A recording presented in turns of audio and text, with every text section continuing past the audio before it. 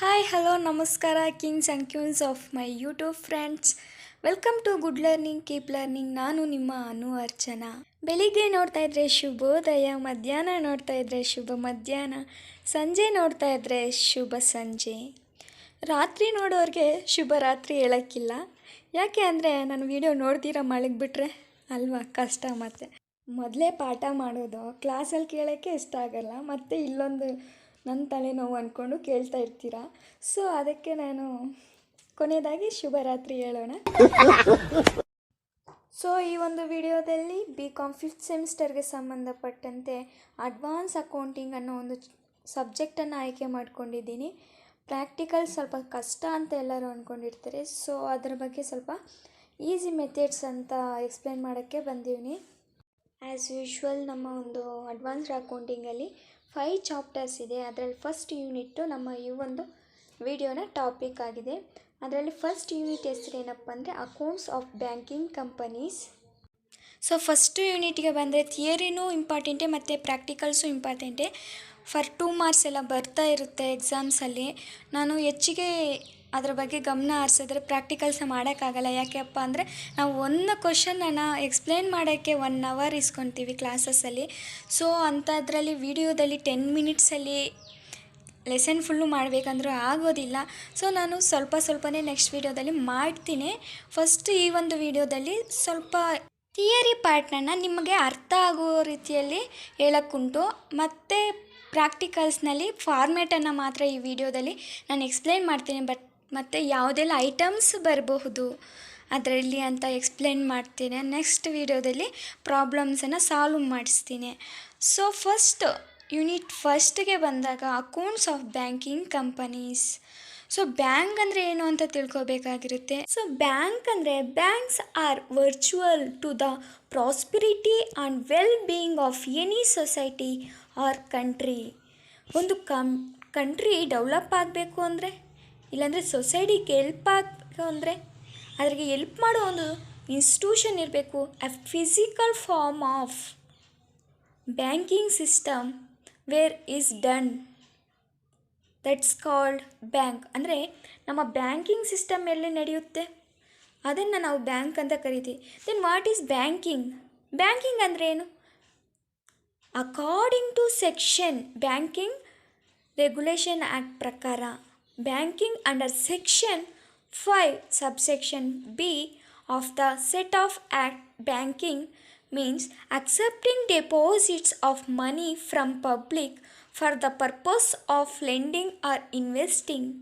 These deposits are repayable on demand or otherwise and can be withdrawn by check, draft or otherwise.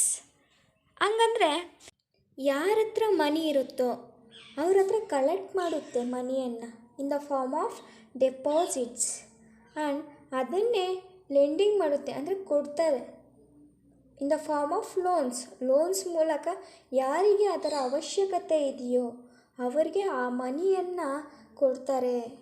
So ಇದನ್ನು ನಾವು banking ಅಂತ ಕರಿತೀವಿ.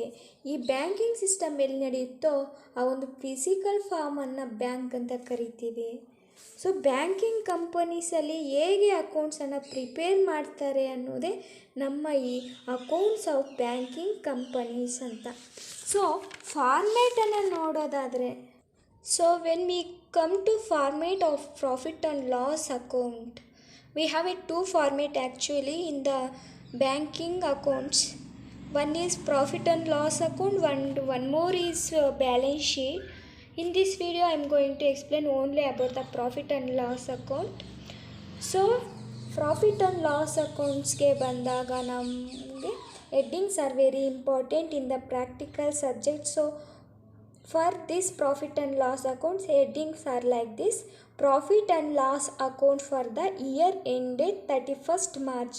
Usually 31st March ಅದೇ ಇರುತ್ತೆ. ಇಲ್ಲ bank name ಏನಾದರೂ ಕೊಟ್ಟಿದ್ದರೆ ಅದನ್ನು ಬರಿಬೇಕಾಗುತ್ತೆ. ಫಾರ್ ಸಪೋಸ್ ABC ಬ್ಯಾಂಕ್ ಅಂತ ಇಟ್ಕೊಳ್ಳೋಣ. Profit and loss account of ABC company limited for the year ended 31st March ಅಂತ. ಸೊ ಮತ್ತೆ ನಮ್ಮ ಒಂದು ಮೈನ್ ಫಾರ್ಮೇಟ್ಗೆ ಬಂದರೆ we have a 4 columns. So first ಕಾಲಮ್ಸಲ್ಲಿ ಪರ್ಟಿಕ್ಯುಲರ್ಸ್, ಸೆಕೆಂಡ್ ಕಾಲಮಲ್ಲಿ ಶೆಡ್ಯೂಲ್ ನಂಬರ್ ಹಾಕ್ಕೋಬೇಕು. ಮತ್ತು ಥರ್ಡ್ ಕಾಲಮ್ಗೆ ಬಂದರೆ year ended 31st current year information ಏನು ಕೊಟ್ಟರೆ ಅದನ್ನು ಬರ್ಕೋಬೇಕು. ಮತ್ತು ಕೊನೆಯದಾಗಿ ಫೋರ್ತ್ ಕಾಲಮಲ್ಲಿ ಸೇಮು ಇಯರ್ ಎಂಡೆಡ್ 31st ಅಂತ ಮಾರ್ಚ್ ಅಂತ ಹಾಕಿಬಿಟ್ಟು, ಮತ್ತು ಪ್ರೀವಿಯಸ್ ಇಯರ್ ಇನ್ಫಾರ್ಮೇಷನ್ ಏನಾದರೂ ಕೊಟ್ಟಿದ್ದರೆ, ಹೋದ ವರ್ಷದ ಏನಾದರೂ ಇನ್ಫಾರ್ಮೇಷನ್ ಕೊಟ್ಟಿದ್ದರೆ ಬರಬೇಕು, ಇಲ್ಲಾಂದರೆ leave it off it. Most of the problems they wouldn't give. If they give means take it. And ನಾವು ಪರ್ಟಿಕ್ಯುಲರ್ಸನ್ನು ನೋಡಿದ್ರೆ ನಾವು ಆ್ಯಕ್ಚುಲಿ 4 ಶೆಡ್ಯೂಲ್ಸ್ ಬರುತ್ತೆ ಪ್ರಾಫಿಟ್ ಆ್ಯಂಡ್ ಲಾಸ್ ಅಕೌಂಟಲ್ಲಿ. That is schedule number 13, 14, 15, 16, 1 to 12 in the balance sheet, and 13 to 16 ಬಂದ್ಬಿಟ್ಟು profit and loss ಅಕೌಂಟಲ್ಲಿ ಇರುತ್ತೆ schedules. So ಇನ್ಕಮ್ಸ್ಗೆ ಬಂದಾಗ first heading is incomes. So interest earned, ನಮ್ಮ ಒಂದು ಇನ್ಕಮ್ ಸ್ಟೇಟ್ಮೆಂಟಲ್ಲಿ ಇಂಟ್ರೆಸ್ಟ್ ಅರ್ನ್ಡ್ ಅದರಲ್ಲಿ ಯಾವುದೆಲ್ಲ ಐಟಮ್ಸ್ ಬರುತ್ತೆ ಅಂತ ಮತ್ತೆ ನಾನು ಸಪ್ರೇಟಾಗಿ ಎಕ್ಸ್ಪ್ಲೇನ್ ಮಾಡ್ತೀನಿ. ಸೊ ಯಾವುದೆಲ್ಲ ಇನ್ಕಮ್ಸ್ ಬರುತ್ತೋ ಅದು ಬೈ ಇಂಟ್ರೆಸ್ಟ್ ಅರ್ನ್ಡಲ್ಲಿ ಅದು 13 ಶೆಡ್ಯೂಲನ್ನು ಕೊಡ್ತೇವೆ. Schedules number is must and should ಬರೀಲೇಬೇಕು. ಮತ್ತು other incomes are comes under schedule number 14. So previous ಇಯರಲ್ಲಿ ಕೊಟ್ಟಿದ್ದರೆ ಪ್ರೀವಿಯಸ್ ಇಯರ್ಗೆ ಕಾಲಮಲ್ಲಿ ಅಮೌಂಟನ್ನು ಬರೀರಿ, ಇಲ್ಲ ಅಂದರೆ ಪ್ರೀವಿಯಸ್ ಇಯರ್ ಅಮೌಂಟ್ ಏನಾದರೂ ಕೊಟ್ಟಿದ್ದರೆ ಅದ್ರದ್ದು ಕೊಡಿ. ಸೊ ಟೋಟಲ್ ಇನ್ಕಮ್ಸನ್ನು ಎ ಅಂತ ಕರಿತೇವೆ, ಎ ಅಂತ ಮಾರ್ಕ್ ಮಾಡ್ಕೋಬೇಕು. ಮತ್ತು ನೆಕ್ಸ್ಟ್ ಹೆಡ್ಡಿಂಗ್ ಏನಪ್ಪ ಅಂದರೆ ಎಕ್ಸ್ಪೆಂಡಿಚರ್ಸ್. ಎಕ್ಸ್ಪೆಂಡಿಚರ್ಸಲ್ಲಿ ಯಾವುದೆಲ್ಲ ಐಟಮ್ಸ್ ಬರುತ್ತೆ ಅಂದರೆ interest expended, operating expenses, provision and contingencies. So these are the expenditures comes under profit and loss account. Interest expended ಅನ್ನೋದು 15 ಶೆಡ್ಯೂಲಲ್ಲಿ ಬರುತ್ತೆ, ಮತ್ತು ಆಪರೇಟಿಂಗ್ ಎಕ್ಸ್ಪೆನ್ಸಸ್ ಅನ್ನೋದು 16 ಶೆಡ್ಯೂಲಲ್ಲಿ ಬರುತ್ತೆ, ಮತ್ತು ಪ್ರಾವಿಷನ್ಸ್ ಆ್ಯಂಡ್ ಕಾಂಟಿಜೆನ್ಸೀಸ್ ಅದಕ್ಕೆ ಶೆಡ್ಯೂಲ್ ನಂಬರ್ ಇಲ್ಲ. ಜಸ್ಟ್ ಏನಾದರೂ ಪ್ರಾಬ್ಲಮಲ್ಲಿ ಏನಾದರೂ ಅಮೌಂಟ್ಸ್ ಕೊಟ್ಟಿದ್ದರೆ ಅದನ್ನು ಡೈರೆಕ್ಟಾಗಿ ಅಮೌಂಟ್ ಕಾಲಮಲ್ಲಿ ಬರೀಬೋದು. ಮತ್ತು ಎಕ್ಸ್ಪೆಂಡಿಚರ್ಸ್ನ ಟೋಟಲ್ ಮಾಡ್ಕೋಬೇಕಾಗಿರುತ್ತೆ, ಅದನ್ನು ಬಿ ಅಂತ ಕೊಡಿ ಹೆಸರು. ಮತ್ತು ನೆಕ್ಸ್ಟು ಥರ್ಡ್ ಮೈನ್ ಹೆಡ್ಡಿಂಗ್ಗೆ ಬಂದರೆ ಪ್ರಾಫಿಟ್ ಆರ್ ಲಾಸ್. ಸೊ ಇದು ಹೇಗೆ ಬರುತ್ತೆ ಅಂದರೆ ನಾವು ಹೇಳ್ದೆಲ್ಲ ಈ ಟೋಟಲ್ ಇನ್ಕಮ್ಸ್ಗೆ ಎ ಅಂತ ಕೊಡಿ, ಮತ್ತು ಟೋಟಲ್ ಎಕ್ಸ್ಪೆಂಡಿಚರ್ಗೆ ಬಿ ಹೆಡ್ಡಿಂಗ್ ಅಂತ ಕೊಡಿ ಅಂತ. ಆ ಎ ಮೈನಸ್ ಬಿಯನ್ನು ಮಾಡಿದಾಗ ಬರುವಂಥ ಅಮೌಂಟನ್ನೇ ಒಂದು ವೇಳೆ ಟೋಟಲ್ ಇನ್ಕಮ್ಸ್ ಏನಾದರೂ ಜಾಸ್ತಿ ಇದ್ದರೆ it's come under profit. So expenditure ಏನಾದರೂ ಜಾಸ್ತಿ ಇದೆ ನಮಗೆ ಲಾಸ್ ಬರುತ್ತೆ. ಸೊ ಅದನ್ನು ನಾವು ಇಲ್ಲಿ ಪ್ರಾಫಿಟ್ ಆ್ಯಂಡ್ ಲಾಸ್ ಅಕೌಂಟಲ್ಲಿ ಹಾಕ್ತೀವಿ.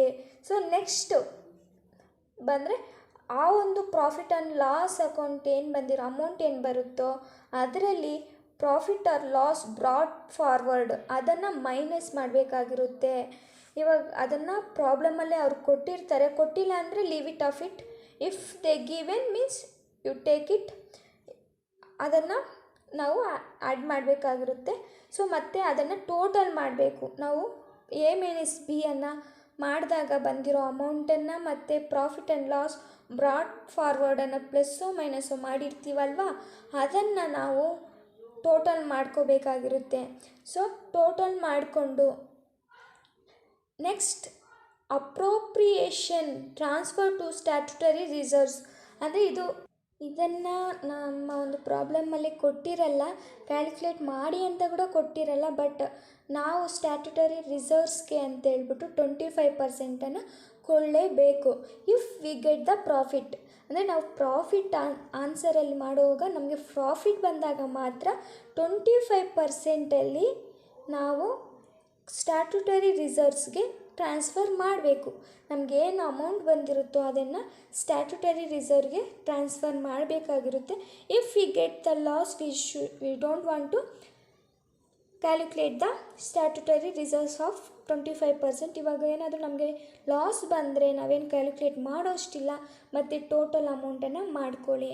ಅದನ್ನು ನಾವು ಸ್ಟ್ಯಾಟ್ಯುಟರಿ ರಿಸರ್ವ್ಗೆ ಮೈನಸ್ ಮಾಡಿಬಿಟ್ರೆ ಅಮೌಂಟನ್ನು ನಮಗೆ total amount of profit and loss account for the year ended 31st March some bank, ಯಾವುದೋ ಒಂದು ಬ್ಯಾಂಕ್ದು ಪ್ರಾಫಿಟ್ ಆ್ಯಂಡ್ ಲಾಸ್ ಅಕೌಂಟ್ ನಮಗೆ ಬರುತ್ತೆ. ಇದು ನಮ್ಮ ಒಂದು format of profit and loss account. ಮತ್ತು ನಾವು ಇವಾಗ ಪ್ರಾಫಿಟ್ ಆ್ಯಂಡ್ ಲಾಸ್ ಅಕೌಂಟ್ ಫಾರ್ಮೇಟನ್ನು ನೋಡಿದ್ವಿ. ಸೊ ಅದರಲ್ಲಿ ಶೆಡ್ಯೂಲ್ಸ್ ಇದ್ದಾವೆಲ್ಲ, ಆ ಒಂದು ಶೆಡ್ಯೂಲ್ಸಲ್ಲಿ ಯಾವುದೆಲ್ಲ ಐಟಮ್ಸ್ ಬರುತ್ತೆ ಅಂತ ನಾನು ಹೇಳ್ತೀನಿ ಅಂತ ಹೇಳಿದೆ. ಸೊ ಈಗ ನೋಡೋಣ ಶೆಡ್ಯೂಲ್ ನಂಬರ್ 13ನಲ್ಲಿ ಏನು ಬರುತ್ತೆ ಅಂತ ನೋಡೋಣ. Schedule number 13 interest earned. ಅದರಲ್ಲಿ first item interest or discount on advances or bills. ಮತ್ತು ಇನ್ಕಮ್ ಆನ್ ಇನ್ವೆಸ್ಟ್ಮೆಂಟ್ ಏನಾದರೂ ಬಂದಿದ್ದರೆ, interest on balance with reserve bank of India and other interest inter bank funds, ಇಂಥವೇನಾದರೂ items ಬಂದಿದ್ದರೆ ನಾವು schedule number 13ನಲ್ಲಿ ಇಸ್ಕೊತೀವಿ. ಮತ್ತು others incomes from advances or loans, ಅವೆಲ್ಲ ನಾವು ಶೆಡ್ಯೂಲ್ ನಂಬರ್ 13ನಲ್ಲಿ ಇಸ್ಕೊತೀವಿ. ಅದನ್ನು ಟೋಟಲ್ ಮಾಡಿಕೊಂಡು ನಾವು ಎ ಅಂತ ಕೊಡ್ತೇವೆ. ಮತ್ತು ಶೆಡ್ಯೂಲ್ 14ಗೆ ಬಂದಾಗ ಅದರ್ ಇನ್ಕಮ್ಸ್ ಏನಪ್ಪ ಅಂದರೆ commission, exchange and brokerages and profit on sale of investment less loss of sales of investment. ಮತ್ತು third point profit on revaluation of investment, ಅದರಲ್ಲಿ ಲೆಸ್ ಮಾಡಬೇಕು loss on revaluation of investment, ಅಂದರೆ loss ಬಂದಾಗ ನಾವು ಅದನ್ನು minus ಮಾಡ್ಕೋಬೇಕಾಗಿರುತ್ತೆ. ಮತ್ತು fourth point ಏನಪ್ಪ ಅಂದರೆ ಅಂಡರ್ ಶೆಡ್ಯೂಲ್ 14ನಲ್ಲಿ profit on sales of land and buildings and other assets. ಇವನ್ನೇನಾದರೂ ಸೇಲ್ ಮಾಡಿದಾಗ ನಮಗೇನಾದರೂ ಪ್ರಾಫಿಟ್ ಬಂದಿದೆ ಅಂದ್ಕೊಳ್ಳಿ, ಅದನ್ನು ನಾವು ಶೆಡ್ಯೂಲ್ ನಂಬರ್ 14ನಲ್ಲಿ ಹಾಕ್ತೇವೆ. ಮತ್ತು ಅದರಲ್ಲಿ less on the sales of land and buildings and other assets. ಒಂದು ವೇಳೆ ನಾವು ಅದನ್ನು ಸೇಲ್ ಮಾಡಿದಾಗ ನಮಗೆ ಲಾಸ್ ಬಂದಿದೆ ಅಂದರೆ ಅದನ್ನು ಲೆಸ್ ಮಾಡಬೇಕು, ಪ್ರಾಫಿಟ್ ಬಂದರೆ ಆ್ಯಡ್ ಮಾಡಬೇಕು. So profit on exchange transactions ಮತ್ತು ಅದರಲ್ಲಿ ಲಾಸ್ ಆನ್ ಎಕ್ಸ್ಚಾರ್ಜ್ ಟ್ರಾನ್ಸಾಕ್ಷನ್ಸ್, ಅದನ್ನು ಲೆಸ್ ಮಾಡಬೇಕು ಲಾಸ್ ಬಂದಾಗ. ಸೇಮ್ ಹೇಳ್ದಾಗೆ income and by way of dividend etcetera from subsidiaries, companies and joint ventures abroad in India. ಇಂಥ ಒಂದು ಯಾವುದೆಲ್ಲ ಇನ್ಕಮ್ಸ್ ಬರುತ್ತೆ ವೇ ಆಫ್ ಡಿವಿಡೆಂಟನ್ನು ಕೊಟ್ಟಾಗ, ಸಬ್ಸಿಡರೀಸನ್ನು ಕೊಟ್ಟಾಗ ಏನಾದರೂ ನಮ್ಗೆ ಇನ್ಕಮ್ಸ್ ಬಂದರೆ ಅದನ್ನು ನಾವು ಅದರ್ ಇನ್ಕಮ್ಸಲ್ಲಿ ಆ್ಯಡ್ ಮಾಡ್ತೀವಿ. ಮಿಸ್ಲೇನಿಯಸ್ ಇನ್ಕಮ್ಸ್ ಅಂತ ಬಂದಾಗ ಅದನ್ನು ನಾವು ಅದರ್ ಇನ್ಕಮ್ಸಲ್ಲಿ ಆ್ಯಡ್ ಮಾಡ್ತೀವಿ. ಇದನ್ನು ಟೋಟಲ್ ಅದರ್ ಇನ್ಕಮ್ಸ್ಗೆ ಮಾಡಿಬಿಟ್ಟು ಶೆಡ್ಯೂಲ್ ನಂಬರ್ 14ಗೆ ಹಾಕ್ತೀವಿ. ಸೊ ಶೆಡ್ಯೂಲ್ ನಂಬರ್ 15ಗೆ ಬಂದರೆ ಇಂಟ್ರೆಸ್ಟ್ ಎಕ್ಸ್ಪೆಂಡೆಡಲ್ಲಿ ಬಂದಾಗ ಈ ಫಸ್ಟ್ ಬಂದ ಐಟಮ್ ಏನಪ್ಪ ಅಂದರೆ ಇಂಟ್ರೆಸ್ಟ್ ಆನ್ ಡೆಪಾಸಿಟ್ಸ್. ನಾವೇನಾದರೂ ಡೆಪಾಸಿಟ್ಸ್ ತಗೊಂಡಿರ್ತೀವಲ್ವ, ಅದ್ರಿಗೆ ಇಂಟ್ರೆಸ್ಟ್ ಕೊಟ್ಟರೆ ಅದು ನಮಗೆ ಲಾಸ್ ಆಗುತ್ತೆ expenditures. It's comes under schedule number 15. So next point ಏನಪ್ಪ ಅಂದರೆ interest on reserve bank of India, ಇಲ್ಲ ಅಂದರೆ ಇಂಟರ್ ಬ್ಯಾಂಕ್ ಬಾರೋಯಿಂಗ್ಸ್ ಏನಾದರೂ ತಗೊಂಡಿದ್ರೆ ಅದ್ರಿಗೂ ನಾವು ಇಂಟ್ರೆಸ್ಟ್ ಕಟ್ಟಬೇಕಾಗಿರುತ್ತೆ. ಸೊ ಅದನ್ನು ಕೂಡ ನಾವು ಶೆಡ್ಯೂಲ್ ನಂಬರ್ 15ನಲ್ಲಿ ಇಸ್ಕೊತೀವಿ. ಮತ್ತು ಅದರ್ ಇಂಟ್ರೆಸ್ಟ್ ಎಕ್ಸ್ಪೆಂಡಿಚರ್ ಏನೇನಾದರೂ ಆದರೆ ಅದನ್ನು ನಾವು ಶೆಡ್ಯೂಲ್ ನಂಬರ್ 15ನಲ್ಲಿ ಇಸ್ಕೊತೀವಿ. ಸೊ ಇದನ್ನು ಟೋಟಲ್ ಮಾಡಿದ್ರೆ ನಮಗೆ ಶೆಡ್ಯೂಲ್ ನಂಬರ್ 15 ಟೋಟಲ್ ಅಮೌಂಟು ನಮಗೆ ಸಿಗುತ್ತೆ. So this is the schedule number 15. So schedule number 16ಗೆ ಬಂದರೆ final schedule number in profit and loss ಅಕೌಂಟ್ಗೆ ಬಂದಾಗ operating expenses. So operating expense ಅಂದರೆ ಅದರ ನೇಮಲ್ಲೇ ಇದೆ, ನಮ್ಮ ಒಂದು ಬ್ಯಾಂಕನ್ನು ನಡೆಸೋದಕ್ಕೆ ಚಿಕ್ಕ ಪುಟ್ಟ ನಮ್ಮ ಆಪರೇಟಿಂಗ್ ಎಕ್ಸ್ಪೆನ್ಸಸ್ ಏನಿರುತ್ತೆ ಅದನ್ನೆಲ್ಲ ನಾವು ಶೆಡ್ಯೂಲ್ ನಂಬರ್ 16ನಲ್ಲಿ ಆಪರೇಟಿಂಗ್ ಕಾಸ್ಟ್ ಅಥವಾ ಎಕ್ಸ್ಪೆಂಡಿಚರ್ ಹೆಡ್ಡಿಂಗಲ್ಲಿ ಈಸ್ಕೊತೀವಿ. ಯಾವುದೆಲ್ಲ ಐಟಮ್ಸ್ ಬರುತ್ತೆ ಅಂದರೆ payments and provision for employees, rent, tax and lightings, printing and stationeries, advertisements and publicity, depreciation on banks property, directors fees, audit fees and expenses, allowances ಆಗಿರ್ಬೋದು, ಮತ್ತು auditors fee ಆದರೂ ಆಗಿರ್ಬೋದು, ಮತ್ತು ಲಾ charges ಅಂದರೆ ಯಾವುದೆಲ್ಲ ಬ್ಯಾಂಕ್ ಪರವಾಗಿ ನಾವೇನಾದರೂ ಕೋರ್ಟಲ್ಲಿ ಕೇಸ್ ಇದ್ದಾಗ ಅದನ್ನು ವಾದಿಸೋದಕ್ಕೆ ನಮಗೆ ಲಾಯರ್ ಬೇಕಾಗಿರುತ್ತೆ. ಸೊ ಅವ್ರಿಗೆ ಒಂದು ಚಾರ್ಜಸನ್ನು ಕೊಡಬೇಕಾಗುತ್ತೇನೋ ಅದನ್ನು ನಾವು ಆಪರೇಟಿಂಗ್ ಎಕ್ಸ್ಪೆನ್ಸಸಲ್ಲಿ ಇಸ್ಕೊತೇವೆ. ಮತ್ತು ಪೋಸ್ಟೇಜ್, ಟೆಲಿಗ್ರಾಮ್ಸ್ ಚಾರ್ಜಸ್, ಇವೆಲ್ಲ ಟೆಲಿಫೋನ್ ಚಾರ್ಜಸ್ ಆಗಿರ್ಬೋದು, ಇವೆಲ್ಲ ಆಪರೇಟಿಂಗ್ ಎಕ್ಸ್ಪೆನ್ಸಲ್ಲೇ ಬರುತ್ತೆ. ಮತ್ತು ರಿಪೇರ್ಸ್ ಏನಾದರೂ ಬಂದರೆ ನಾವು ಸಿಸ್ಟಮ್ಸನ್ನು ಜಾಸ್ತಿ ಯೂಸ್ ಮಾಡ್ತೇವೆ. ಬ್ಯಾಂಕಲ್ಲಿ ಕಂಪ್ಯೂಟರ್ಸ್ ಆಗಿರ್ಬೋದು, ಲ್ಯಾಪ್ಟಾಪ್ಸ್ ಆಗಿರ್ಬೋದು, ಅವನ್ನೇನಾದರೂ ರಿಪೇರ್ ಮಾಡೋದಾಗಿರ್ಬೋದು, ಮೈಂಟೆನೆನ್ಸ್ ಚಾರ್ಜಸ್ ಆಗಿರ್ಬೋದು, ಇನ್ಶೂರೆನ್ಸ್ ಆಗಿರ್ಬೋದು, ಇಲ್ಲಾಂದರೆ ಅದರ್ ಎಕ್ಸ್ಪೆಂಡಿಚರ್ಸ್ ಆಗಿರ್ಬೋದು, ಇದನ್ನೆಲ್ಲ ನಾವು ಆಪರೇಟಿಂಗ್ ಎಕ್ಸ್ಪೆನ್ಸಸ್ಸಲ್ಲಿ ಈಸ್ಕೊತೇವೆ. ಸೊ ಇದೆಲ್ಲ ಐಟಮ್ಸ್ನ ನಾವು ಪ್ರಾಫಿಟ್ ಆ್ಯಂಡ್ ಲಾಸ್ ಅಕೌಂಟಲ್ಲಿ ಯಾವ್ಯಾವ ಶೆಡ್ಯೂಲ್ಸಲ್ಲಿ ಯಾವ್ಯಾವ ಒಂದು ಐಟಮ್ಸನ್ನು ಈಸ್ಕೋಬೇಕು ಅಂತ ಗೊತ್ತಾಗುತ್ತೆ. ಇದು ಸ್ವಲ್ಪ ಕನ್ಫ್ಯೂಷನ್ ಆಗಿರುತ್ತೆ, ಮೋರ್ ಐಟಮ್ಸ್ ಅಲ್ವಾ, ಅದಕ್ಕೆ ಕನ್ಫ್ಯೂಷನ್ ಆಗಿರುತ್ತೆ, ಏನು ಮಾಡೋಕ್ಕಾಗಲ್ಲ. ನಿಮಗೆ ಅದರಲ್ಲಿ ಯಾವುದಾದ್ರೂ ಪಾಯಿಂಟು ಅದು ಎಕ್ಸ್ಪ್ಲೇನ್ ಮಾಡಬೇಕು ಅಂತ ಹೇಳಿದ್ರೆ ಮತ್ತೆ ನನಗೆ ಕಮೆಂಟ್ ಮಾಡಿ, ಅದನ್ನು ಮತ್ತೆ ಮಾಡ್ತೀನಿ. ಐಟಮ್ಸನ್ನು ವೀಡಿಯೋದಲ್ಲಿ ನಾನು ಪಿಕ್ಸ್ ಹಾಕಿದ್ದೀನಿ, ಕ್ಲಿಯರಾಗಿ ಅರ್ಥ ಆಗುತ್ತೆ. ಒಂದು ವೇಳೆ ಅರ್ಥ ಆಗಲಿಲ್ಲ ಅಂದ್ರೂ ಯಾವುದಾದ್ರೂ ಐಟಮು ನನಗೆ ಕಮೆಂಟ್ ಮಾಡಿ, ಅದ್ರ ಬಗ್ಗೆ ಎಕ್ಸ್ಪ್ಲೇನ್ ಮಾಡಿ ಹಾಕ್ತೀನಿ ವೀಡಿಯೋನ. ಮತ್ತು ಈ ಪ್ರಾಬ್ಲಮ್ಸ್ ಹೇಗೆ ಮಾಡೋದು ಅಂತ ನಾನು ನೆಕ್ಸ್ಟ್ ವೀಡಿಯೋದಲ್ಲಿ ಮಾಡ್ತೀನಿ. ಸೊ ಲಾಸ್ಟ್ ರಿಕ್ವೆಸ್ಟ್ ಏನು ಅಂದರೆ, ವೀಡಿಯೋನ ನೋಡ್ತಾ ಇದ್ದರೆ ನಿಮ್ಗೆ ಅರ್ಥ ಆಗಿದರೆ, ಅರ್ಥ ಆಯಿತು ಅಂತ ಕಮೆಂಟ್ ಮಾಡಿ. ನಾನು ಮತ್ತೆ ನೆಕ್ಸ್ಟ್ ವೀಡಿಯೋ ಮಾಡಬೇಕು ಅಂದರೆ ನಿಮ್ಮ ಕಮೆಂಟು ತುಂಬ ಇಂಪಾರ್ಟೆಂಟು. ಸೊ ಎಕ್ಸಾಮ್ ಟೈಮಲ್ಲಿ ಇನ್ಕ್ರೀಸ್ ಆಗುತ್ತೆ ವ್ಯೂಸು. ಸೊ ಆ ಒಂದು ಟೈಮಲ್ಲೇ ಆಗಬೇಕು ಅಂದರೆ ಆಗೋದಿಲ್ಲ. ಸೊ ಇವಾಗೇನಾದರೂ ನೀವು ನಮಗೆ ಅರ್ಥ ಆಗ್ತಿದೆ ವೀಡಿಯೋಸ್ ಮಾಡಿ ಅಂದರೆ ಮಾಡ್ಬೋದು. ಸೊ ನಿಮ್ಮ ಕಮೆಂಟ್ ಮತ್ತು ಲೈಕ್ಸ್ ಡಿಸ್ಲೈಕ್ಸ್ ಮತ್ತು ಸಬ್ಸ್ಕ್ರೈಬ್ ಮಾಡಿ, ಶೇರ್ ಮಾಡಿ ನಿಮ್ಮ ಫ್ರೆಂಡ್ಸ್ಗೆ. ನೀವು ಯಾವ ಕಾಲೇಜಲ್ಲಾದರೂ ಓದಿರ್ಬೋದು, ಅಲ್ಲಿ ಇರೋ ನಿಮ್ಮ ಫ್ರೆಂಡ್ಸ್ ಆಗಿರ್ಬೋದು, ಇಲ್ಲಾಂದರೆ ವಿಲೇಜ್ ಪೀಪಲ್ಸ್ ಆಗಿರ್ಬೋದು, ಅಲ್ಲಿ ಯಾರಾದರೂ BCom ಸ್ಟೂಡೆಂಟ್ಸ್ ಇದ್ದರೆ ಅವ್ರಿಗೆ ಶೇರ್ ಮಾಡಿ. Thank you for watching my videos. For more videos please subscribe my channel. Good learning, keep learning. So thank you for watching. ಶುಭರಾತ್ರಿ, ರಾತ್ರಿ ನೋಡ್ತಾ ಇದ್ದರೆ. So bye bye, see you in the next video.